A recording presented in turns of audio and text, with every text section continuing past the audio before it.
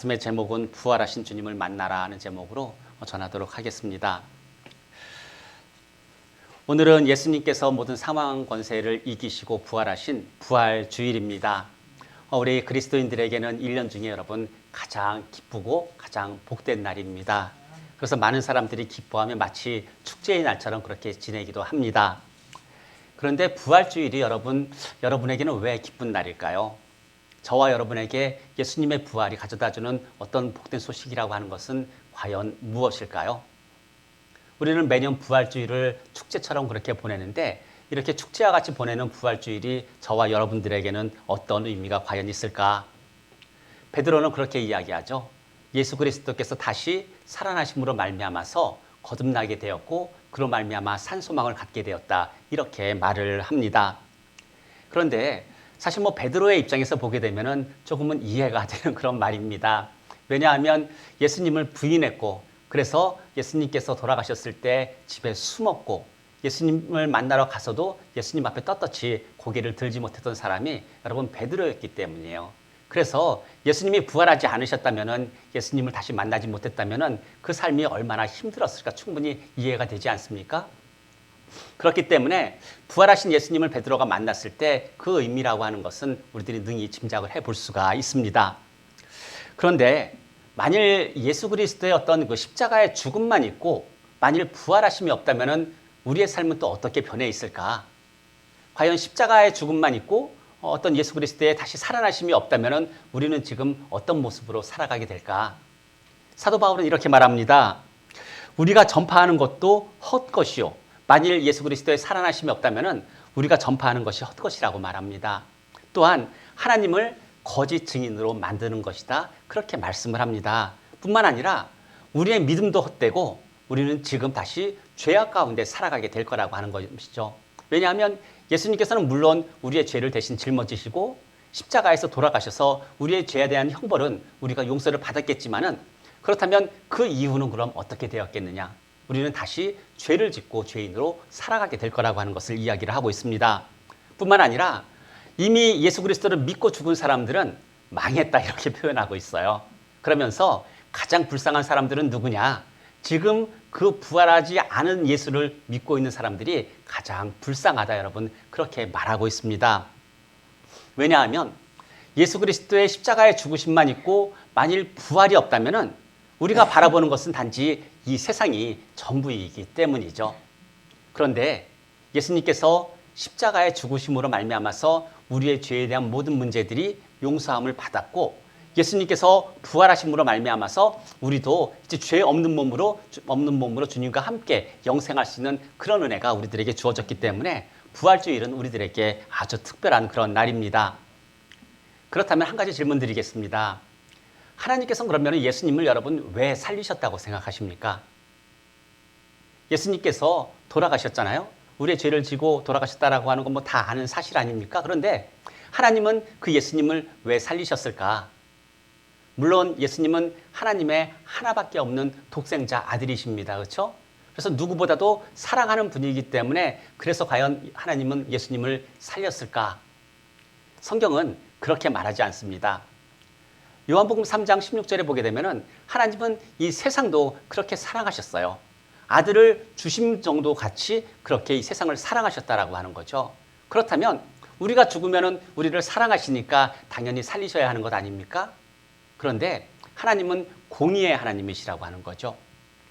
예수님을 사랑하시지만은 우리를 사랑하시지만은 한편으로는 공의의 하나님이시기 때문에 우리를 살릴 수가 없는 겁니다. 하나님께서 예수님을 살리신 그 이유에 대해서 요한일서에서 이렇게 말씀합니다. 그가 우리 죄를 없애려고 나타나신 것을 너희가 아나니 하면서 어떤 말씀이 있냐면은 그에게는 죄가 없느니라. 여러분, 죄가 없으신 예수님이 죽으셨기 때문에 공의의 하나님은 예수님을 살리실 수밖에 없었다라고 하는 거예요. 그런데 그렇게 예수님을 살리실 수밖에 없었는데 그 예수님이 여러분 왜 돌아가셨습니까? 저와 여러분들의 그 심한 죄를 지고 예수님 돌아가셨잖아요. 그런데 예수님의 돌아가심으로 말미암아서 우리는 어떻게 됩니까? 우리의 죄로 말미암아서 우리가 형벌을 받을 필요가 있을까요? 없을까요? 없다는 이야기입니다. 그러니까 우리가 죽으면 어떻게 할까요? 공의로우신 하나님이시기 때문에 우리를 살리신다라고 하는 겁니다. 마찬가지로 죄가 없으신 예수님이셨기 때문에 예수님을 살리셨던 것이고, 로마서에서는 또 이렇게 말씀합니다. 예수는 우리가 범죄한 것 때문에 내줌이 되고 또한 우리를 의롭다 하시기 위해서 살아나셨느니라. 그것이 바로 하나님의 구원 계획인 것을 우리에게 말씀을 하고 있습니다. 그래서 하나님은 예수님을 살리신 것처럼 우리가 죽게 되었을 때 그때 우리의 영혼도 살리시는 분이 하나님이신 것을 오늘 기억을 합니다. 따라서 예수 그리스도의 어떤 십자가만 있고 부활이 없다라면은 우리는 산 소망을 갖고 살아가는 사람들이 아니라 죽은 소망을 갖고 살아가는 그런 사람들일 겁니다. 결국 예수님은 부활하지 않으셨으면 그 어느 누구도 구원하실 수 없는 분이라고 하는 것을 말해주고 있습니다. 그래서 기독교에서는 예수 그리스도의 십자가의 죽음과 부활이 항상 함께 가고 있어요. 사도 바울도 복음을 전할 때 어떻게 전했습니까? 성경대로 예수 그리스도께서 십자가에서 죽으셨다라고 하는 것을 전했습니다. 또한 사도 바울이 전했던 건 뭐냐면은 성경대로 예수께서 사흘 만에 부활하셨다라고 하는 이 두 가지를 사도 바울은 항상 전해왔던 것이죠. 그래서 예수님의 부활이 어떤 의미냐면은 우리에게는 새롭게 태어나는, 거듭남이라고 하는 새로운 태어남이라고 하는 새 생명을 받는다라고 하는 그런 의미가 담겨져 있습니다. 그래서 우리가 갖고 있었던 어떤 죽은 소망이 아니라 이제는 산 소망을 갖고 살아가는 그런 사람들이 되었고, 그런 말미암아서 여러분 부활주일이 될 때마다 우리는 기뻐하고 즐거워하며 감사하게 됩니다. 그런데 우리가 오늘 읽었던 오늘 말씀 여러분 읽을 때 어떤 마음이 드셨어요? 오늘 말씀은 안식일 다음 날, 그러니까 예수님께서 제자들에게 내가 이제 죽은 다음에 사흘 만에 다시 살아나리라 하신 그날 일어난 일들이에요. 그날 아주 이른 아침에 막달라 마리아와 야고보의 어머니 마리아와 살로메가 이제 예수님께 바를 향품을 가지고 무덤으로 가는 이야기가 오늘 말씀입니다. 그런데 막달라 마리아는 예수님께서 그 일곱 귀신을 내어 쫓은 그 이제 막달라 마리아고, 여기서 그 야고보의 어머니는 누구일까요? 예수님의 어머니겠죠. 왜냐하면 야고보가 예수님의 형제니까. 살로메는 누구일까요? 우리 그 지난주에 말씀 나눴죠. 자기 두 아들을 한 명은 예수님 좌편에 한 명은 예수님 우편에 앉게 해달라고 했던 바로 그 여인입니다. 근데 이 여인들은 누구냐면은 예수님의 죽음을 끝까지 보았던 사람이에요. 예수님께서 십자가에 달리시는 그곳까지 따라갔던 여인들이 바로 이 여인들이고, 이제 사흘째 되는 날 예수님의 몸에 바를 향품을 가지고 무덤으로 가고 있는 말씀이 오늘 말씀입니다. 그러니까 이 여인들은 예수님의 제자들로 치면 누구 정도 될까요? 베드로나 야고보나 요한, 이 정도의 어떤 그 믿음의 수준이 되는 그런 여인들이라고 하는 겁니다. 누구보다도 예수님을 사랑했고 누군보다도 예수님에 대해서 또 신앙에 대해서 열정적인 여인들이었다라고 하는 겁니다. 그런데 오늘 말씀은 안식 후 첫날, 즉 예수님이 부활하시겠다라고 말씀하셨던 그날에 일어난 일들인데, 여인들은 예수님의 무덤으로 가고 무덤에 가서 한 청년을 통하여서 메시지를 듣고 그 무덤에서 나오는 그런 이야기로 구성이 되어 있습니다. 예수님이 다시 살아나실 것을 말씀하셨던 사흘째 되는 날, 그렇다면 이 여인들은 어떤 마음으로 무덤에 갔을까요? 오늘 1절에 보게 되면 그렇게 이야기하죠. 예수께 바르기 위하여 향품을 사두었다가, 이렇게 이야기하고 있어요. 지금 예수님께서 살아계실 때는 그렇게 그 누구보다도 신앙이 좋았던 여인처럼 보였던 여인이었는데, 예수님께서 십자가에 돌아가실 때 어떻게 했다는 이야기입니까? 예수님의 몸에 바를 향품을 이미 사두었다라고 하는 거예요. 그러니까 예수님의 죽으심에 대해서 그것이 마지막이었다라고 그렇게 생각했던 여인이라고 하는 거죠. 그래서 예수님께서 돌아가셨을 때 그 향품을 가지고 가서 바르기 위해서 이 여인들은 그 향품을 미리 사두었다라고 하는 겁니다.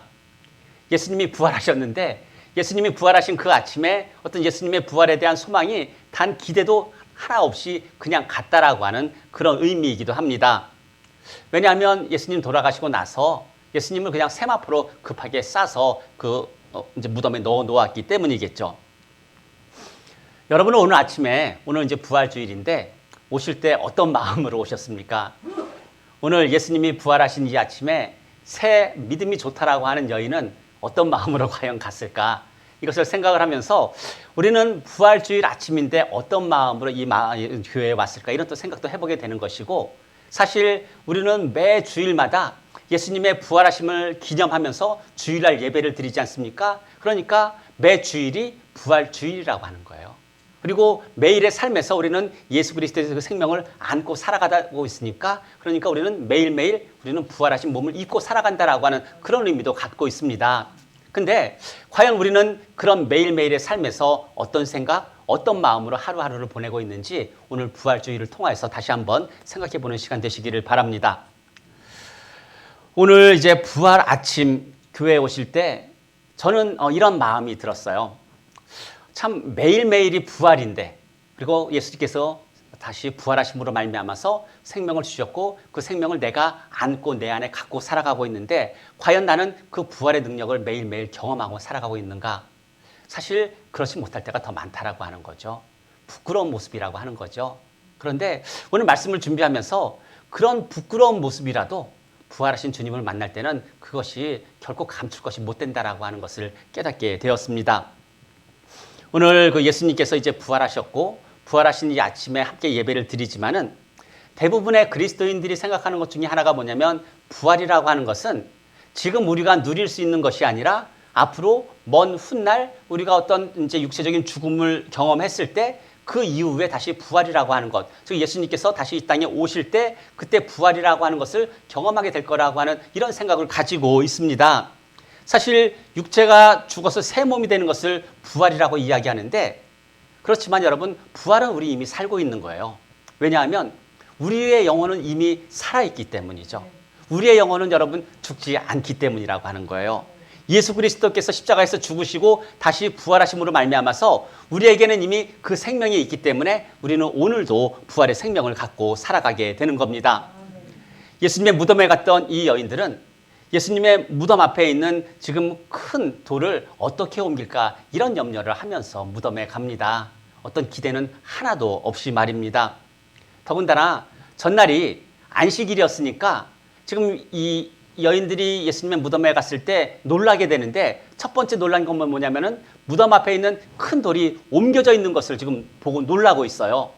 사실 예수님이 부활하신다는 메시지를 주셨고 부활하신다고 하셨던 그날 아침에 무덤에 갔을 때 그 돌이 옮겨져 있는 것을 본다면은 당연히 예수님이 부활하셨을 것을 생각해야 되는데, 이 여인들은 그것에 대해서 전혀 생각하지 않고 단지 그 돌이 옮겨져 있는 것 자체에만 놀라고 있습니다. 그리고 이 여인들이 이제 그 무덤에 들어갑니다. 들어갔을 때 또 놀랍니다. 무엇에 놀랐을까요?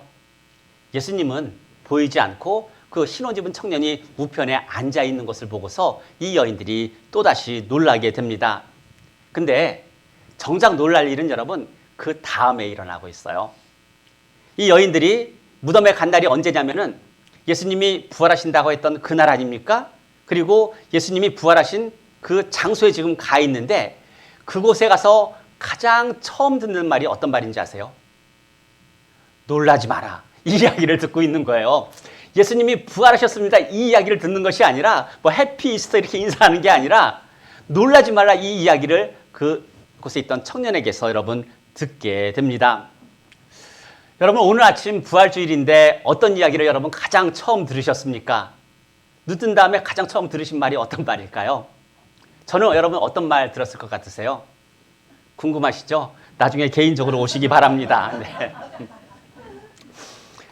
오늘 이 청년은 이 세 여인에게 이제 놀라지 말라 이야기하고 나서 그 다음에 예수님께서 살아나셨다 이렇게 말씀을 하고 있어요.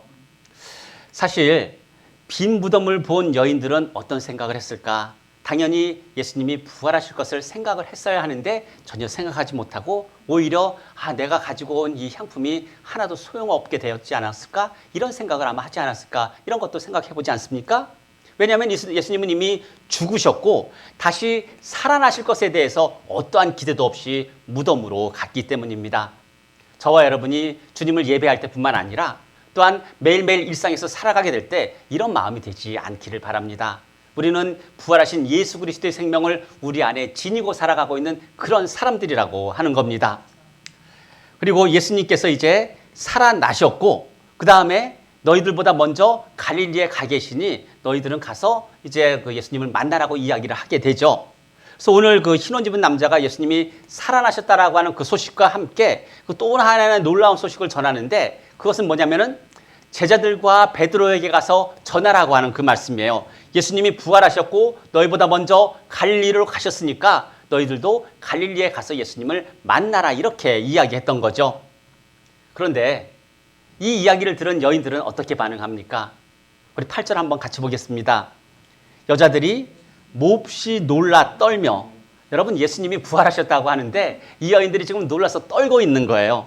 그 다음에 무덤에서 나와서 도망하고 무서워하여 아무에게 아무 말도 하지 못하더라.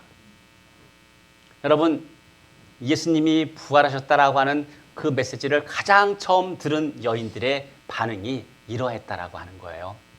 그러니까 우리가 여러분 얼마나 연약한 존재라고 하는 것을 지금 이야기하고 있습니까? 오늘 이 이야기를 통해서 마가는 결국 이 세 여인이, 그렇게 믿음이 좋다라고 하는 세 여인이, 신앙이 좋다라고 했던 그 세 여인이 예수님이 부활하신 날 아침에 무덤에 찾아가서 그들의 이야기를 기록을 할 때 가장 마지막에 기록한 게 뭐냐면은 두려워했다라고 하는 것으로 마가는 끝을 맺습니다. 예수님을 찾아간 세 여인에 대한 이야기는 이걸로 끝이에요. 그런데 마가는 여러분 왜 이것으로 과연 끝을 내었을까?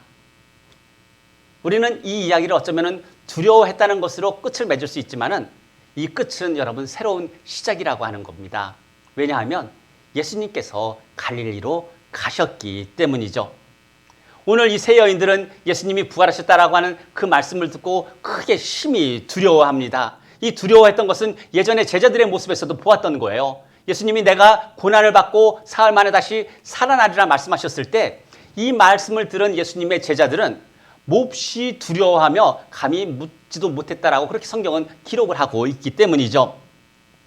그리고 예수님이 이제 그 부활하셨다라고 하는 소식을 믿지 못한 것은 단지 이 세 여인만이 아니에요. 나중에 예수님이 부활하셨다라고 하는 것을 목격한 사람들이 제자들에게 가서 예수님이 부활하셨다 이 소식 전했을 때 그 제자들도 여러분 믿지 못했습니다. 언제 믿게 되느냐? 우리의 눈으로 보았을 때 믿게 된다라고 하는 거죠. 우리는 그럼 어떻게 믿을까요? 우리의 눈으로 볼 수 있는 하나님의 말씀이 있기 때문에 우리는 믿게 된다라고 하는 겁니다.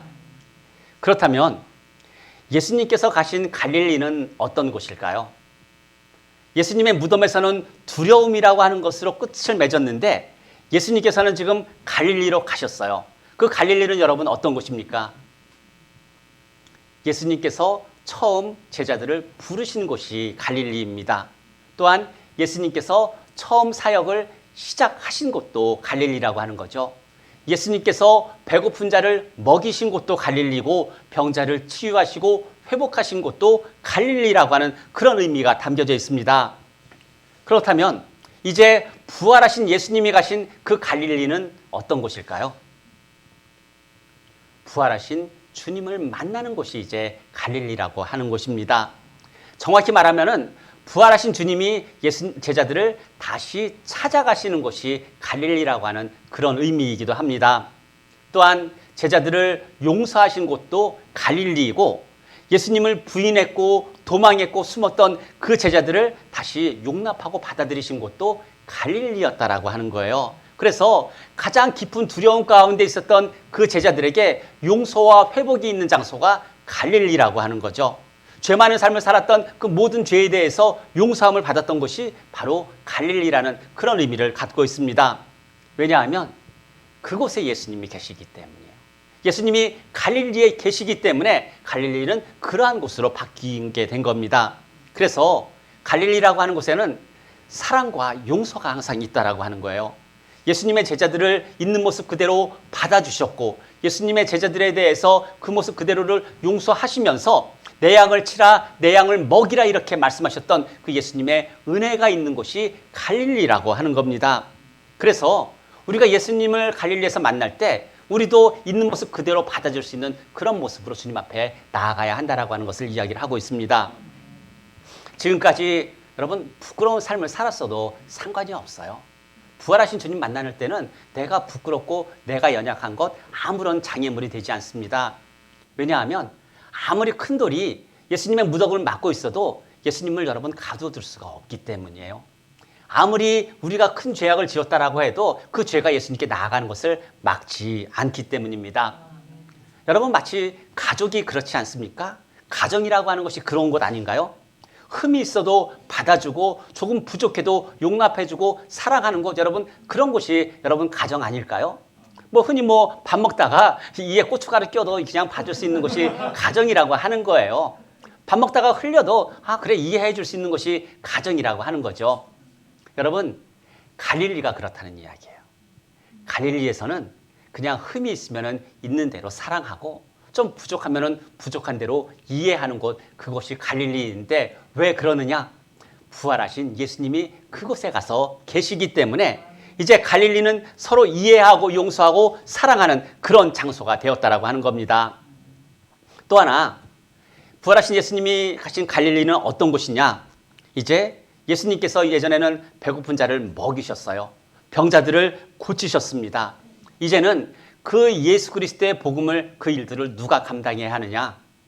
예수님의 제자들, 즉 부활하신 예수님을 만난 사람들이 이 예수 그리스도의 복음을 이어가는 곳이 바로 갈릴리인 것을 우리에게 전해주고 있습니다. 마가복음에서 예수님이 부활하셨고 예수님이 다시 사셨다? 여러분 큰 소리로 외치거나 어떤 축제의 분위기 하나도 없어요. 오늘 마가복음 마지막 16장에서 끝나는 것은 이 여인들은 두려워했다라고 하는 것으로 끝을 맺습니다. 그러나 비록 부활하셨다라고 하는 그런 외침이나 어떤 함성, 그것은 없더라도 다시 갈릴리로 시작해서 복음을 이어가는 곳, 바로 그것이 예수님이 다시 올라가신 갈릴리라고 하는 것을 우리에게 이야기해 주고 있습니다. 마가는 그렇다면 예수님께서 부활하신 이 소식을 전하면서 우리에게 무엇을 말하고 싶었던 것일까요? 다른 마태복음이나 누가복음이나 요한복음에서는 예수님께서 부활하신 이 소식을 아주 크게 전하고 있습니다. 기뻐하고 있습니다. 그런데 마가복음은 그렇지 않아요. 오히려 부끄러운 모습들을 보여주고 있습니다. 대신에 갈릴리로 가라, 이 이야기만 우리들에게 전하고 있습니다. 그렇다면 마가는 우리에게 여러분 어떤 이야기를 하고 있는 것일까요? 부활하신 예수님을 만난 사람들, 예수 그리스도의 그 생명을 갖고 살아가는 사람들은 예수님이 우리를 사랑한 것처럼 서로 사랑하며 살아가라, 그 이야기를 하고 있는 거예요. 부활의 기쁨이라고 하는 것은 내 안에 예수 그리스도의 생명이 있음으로 말미암아서 내가 감사하고 기쁘게 살아가는 그것도 포함이 되지만 그 생명을 갖고 서로 사랑하며 살아가라고 하는 겁니다.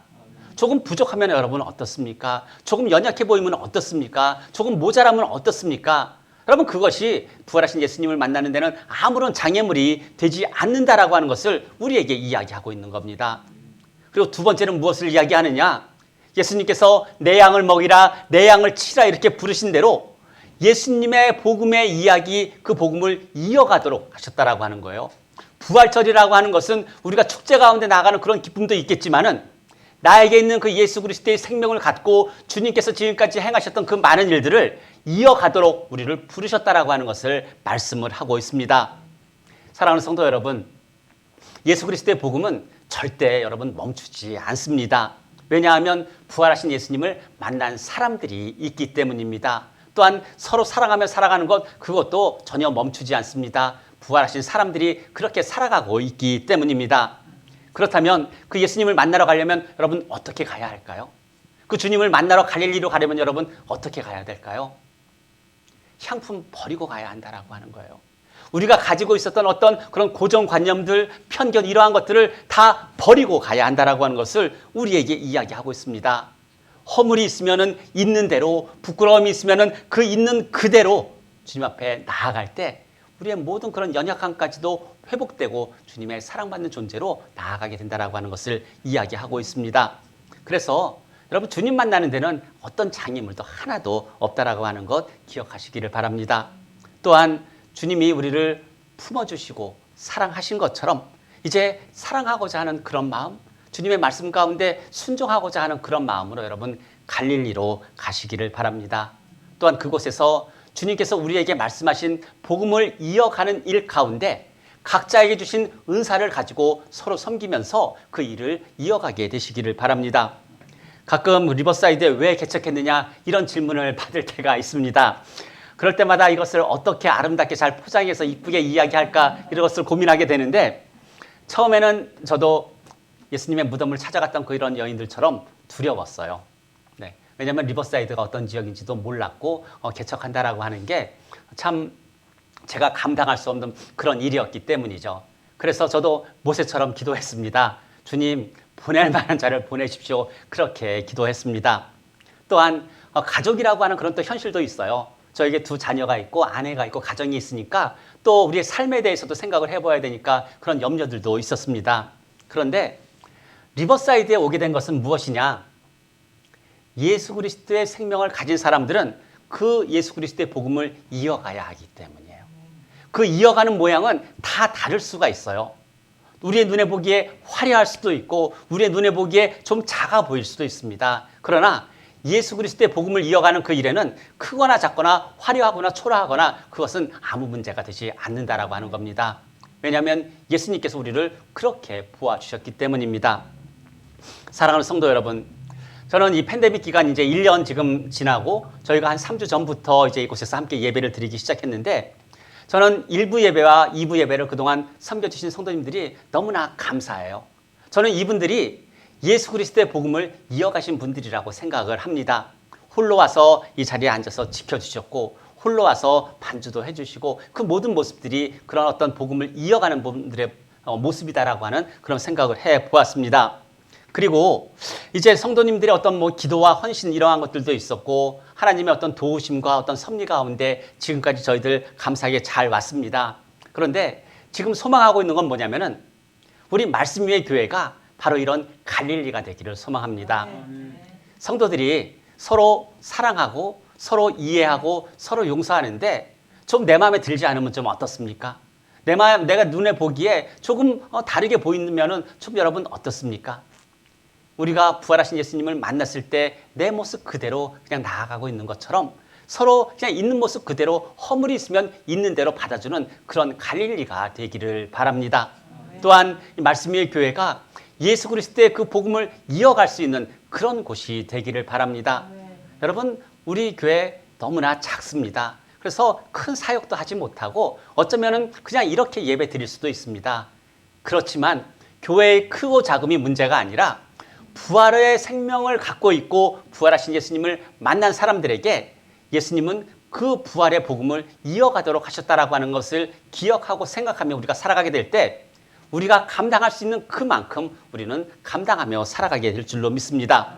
이제 오늘 이 아침 말씀 위의 교회가 예수님께서 부활하신 그 갈릴리가 되기를 소망하면서 저와 여러분이 함께 협력해서 그 아름다운 갈릴리 서로 사랑하고 협력하고 이해하며 하나님의 그 사역을 이어갈 수 있는 그런 교회가 되시기를 예수님의 이름으로 축복합니다.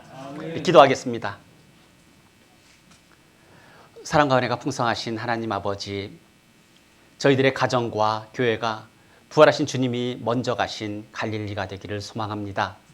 사랑과 용서와 치유와 회복이 있고 또한 예수 그리스도의 복음을 이어가는 곳이 되기를 기도합니다.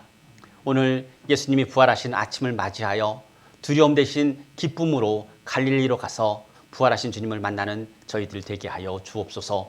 감사드리며 예수님의 이름으로 기도드립니다. 아멘. 우리 함께 찬양하겠습니다.